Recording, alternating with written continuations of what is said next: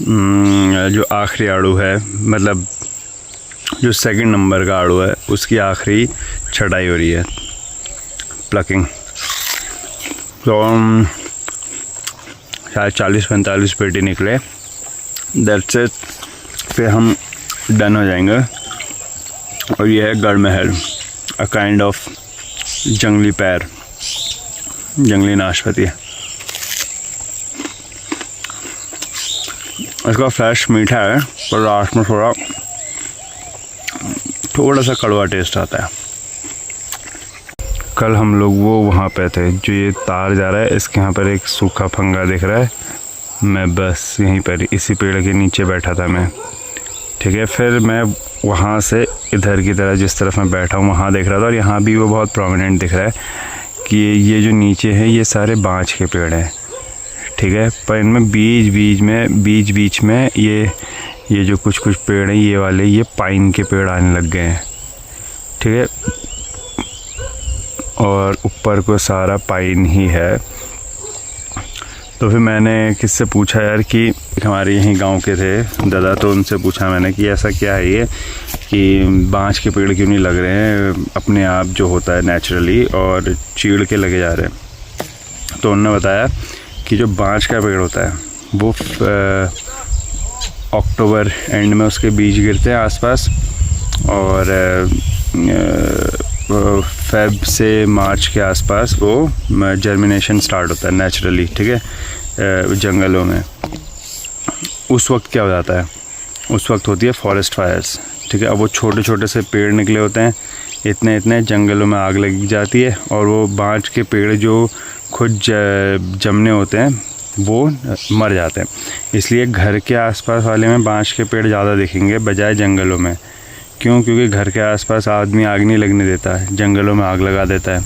और वहीं चीड़ के साथ क्या होता है, चीड़ के बीज लेट गिरते हैं, ठीक है, मतलब शायद फेब इसके आसपास, और वो जर्मिनेशन होता है प्री मानसून में, जुलाई एंड, मई एंड जुलाई के आसपास, या अगर नमी नहीं है तो जब नमी होगी तब वो जर्मिनेट होगा। मतलब बेसिकली तुम यही मानो जून जुलाई के आसपास, तब जंगलों में आग नहीं लगती, ठीक है। तब क्योंकि थोड़ी बहुत बारिश होती है, थोड़ी हरियाली वगैरह।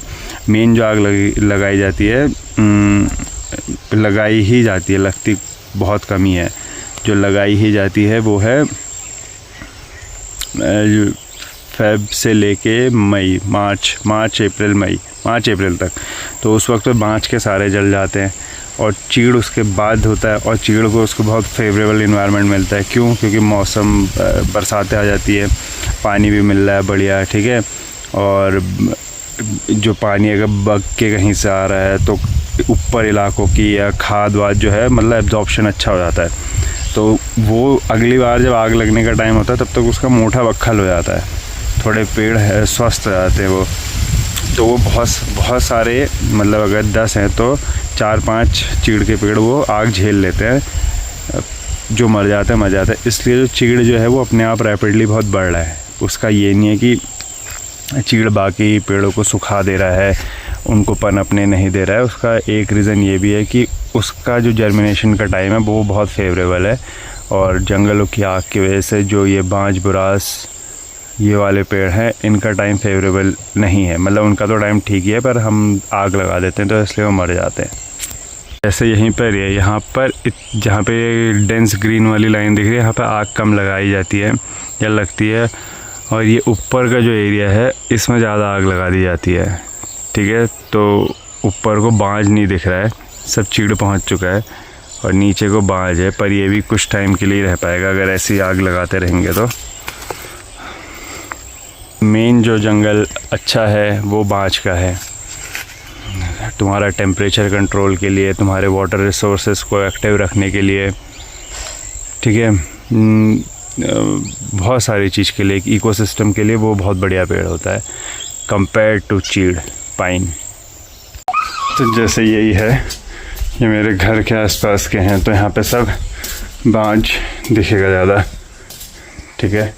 इधर पे सारे में बांज ज़्यादा है, क्योंकि होने दिया जा रहा है पर जंगलों में आग की वजह से नहीं होने दिया जाता। तो ये देखो सारा ऊपर को बाज है, चीड़ कम है यहाँ पे को। तो वही है कि घर के आसपास बाज इसलिए ज़्यादा हो चुके हैं अब। तो मैं भी निकलता हूँ अब हल्द्वानी को। It's time for loading. Goodbye guys.